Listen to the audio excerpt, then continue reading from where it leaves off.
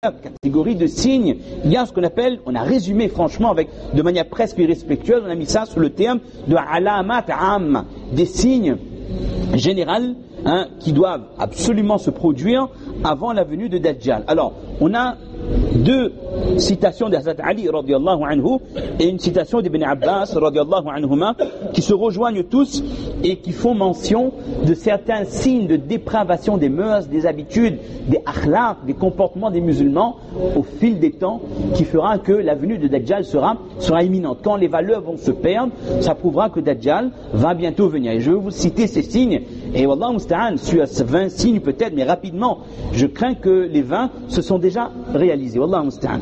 Ali radiallahu anhu, il parlait avec les sahaba wa dhakarna ad-Dajjal. Ça c'est hadith de Abi Dhubian, il dit que on a parlé de Dajjal, fasa'alna Ali radiallahu anhu, on a demandé à Ali mata khuruju, il a demandé à Ali quand est-ce qu'il va venir. Il a demandé également comment wa mata yakunu dhalik, à quelle époque. Et Ali a donné quelques signes.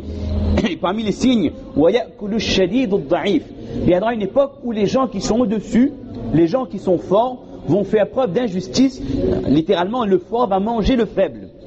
Et dites-moi si ce n'est pas quelque chose de manifeste à notre époque. Là, malheureusement. Wa tuqta'u al-arham, deuxième signe que Ali radiallahu anhu a cité, lorsque les relations familiales seront rompues. Et ça, malheureusement, c'est presque devenu une généralité, une réalité même.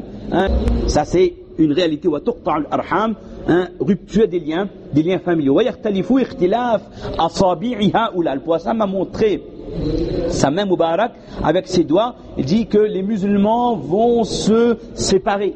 Il y aura divergence de la Ummah comme ça, en séparant ses doigts, comme le prophète alayhi salatu wassalam a fait. Malheureusement, nous voyons aujourd'hui divergence dans le monde musulman. Et il y a parfois des divergences qui viennent de nous-mêmes, mais très souvent, la plupart du temps, les divergences qu'il y a dans la Ummah, ce sont des divergences qui sont orchestrées, qui sont organisées par d'autres personnes, des personnes qui sont extérieures, dans le seul but de casser la Ummah. Parce qu'ils savent que quand la Ummah avance de manière unie, ils ont l'aide d'Allah. À partir du moment où il y a ikhtilaf al-khulub, il y a divergence dans les cœurs, ils n'ont plus l'aide d'Allah.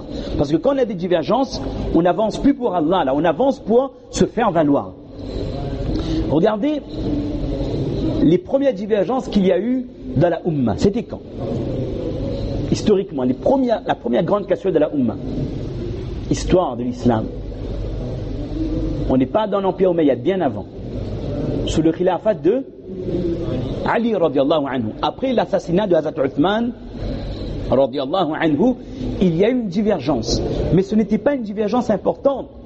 Divergence entre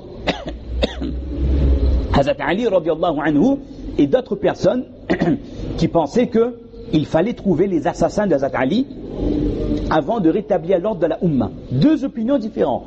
Mais, comment? Oui, il fallait retrouver les assassins de Hazrat Uthman et d'autres qui disaient que non, il faut tout d'abord rétablir le khilafat.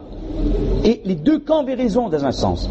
Ceux qui voulaient juger les assassins, il fallait trouver qui a tué le calife quand même.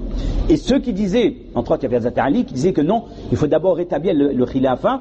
Pour lui, les assassins sont inconnus et ils sont fondus dans la communauté. Ils sont présents, on ne sait pas c'est qui. Alors si on va passer du temps à enquêter à trouver les personnes, ça va perdre du temps. Et il y a des ennemis tout autour. On est à une époque où les nations s'affrontent. Quand on voit, il y a une personne qui baisse un peu en vigilance, on les attaque. C'est comme ça que ça fonctionnait à l'époque. Donc, les deux positions se défendaient. Mais les musulmans n'étaient pas arrivés à un point où ils allaient se battre, s'affronter. Qu'est-ce qui a fait que Muawiyah et Ali radiallahu anhu se sont affrontés? C'était quoi l'événement qui a tout déclenché? Qu'est-ce qui a provoqué le Ma'rakatul Jamal et de Siffin? Ces deux événements qui sont des points noirs de l'histoire de l'islam. C'est qu'il y avait des munafiqin, des hypocrites. Je ne vous dis pas ils étaient quoi avant. Je ne vous dis pas de quelle religion ils étaient avant. Ils sont rentrés dans l'islam dans le but de casser la Ummah, dans le but d'apporter des oppositions.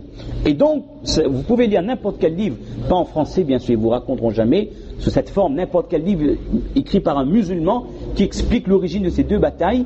Il y avait deux camps, c'est clair. Il y avait opposition entre Ali et Muawiyah. Mais jamais n'était passé par la tête d'un de ces deux dirigeants d'affronter son prochain. Jamais. C'était des sahaba, subhanallah. C'était des gens qui étaient au service du prophète sallallahu alayhi wa sallam. D'accord? Mais parmi les munafiqs, ils s'étaient rencontrés à un moment donné et ils allaient trouver une solution à l'amiable. Mais les hypocrites qui étaient dans les deux camps, se sont dit que ils vont trouver une solution à l'amiable, pacifique, qui fait qu'il n'y aura pas d'affrontement. Alors qu'ils voulaient la guerre. Ils voulaient que les musulmans soient déchirés en deux, sachant que s'il y a eu une scission à cette époque, la scission durera tout le temps. C'est ce qui s'est passé malheureusement. Donc ils ont comploté de la sorte qu'au matin, après le Fajr, l'hypocrite du camp A attaque l'hypocrite du camp B et ils vont faire une simulation comme si qu'il y a un début de bataille. Et chaque personne va alerter son chef de camp, dit que l'armée ennemie nous a attaqués.